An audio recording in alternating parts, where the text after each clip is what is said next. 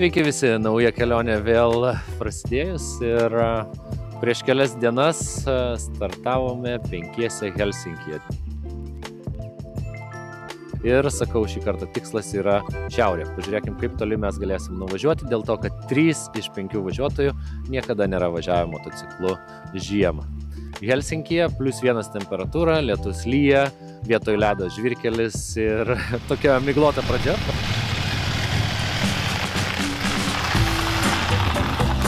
Panašu, klimato atšilimas turi įtakos ir šiauriniuose kraštuose. Po truputį važiavom, šlapė, pradėjo viskas stoti į savo vietas, atsirado vėl ledas ant kelio ir jis mums labai svarbus, tam, kad dygliai kabintųsi į ledą, o ne ant asfalto praslidinėtų. Temperatūra po truputį krito, jau antrą dieną -5, trečią dieną -10.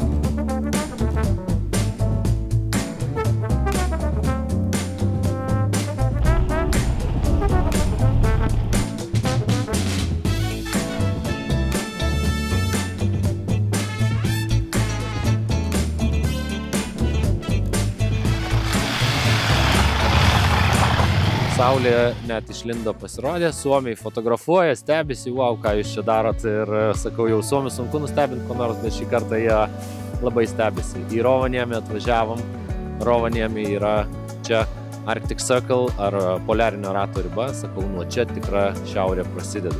Į Rovaniemį jau įvažiavom su 21 laipsnių šalčio, atsikėlėm ryte 30 laipsnių šalčio. Tai viskas tikra, sakau, važiuojant į šiaurę niekad nereikia skūstis, kad galbūt per šilta, nes tikrai viskas atsitiks. Ir tęsim kelionę Nordkapo link. Pažiūrėkim, kaip mums čia viskas seksis.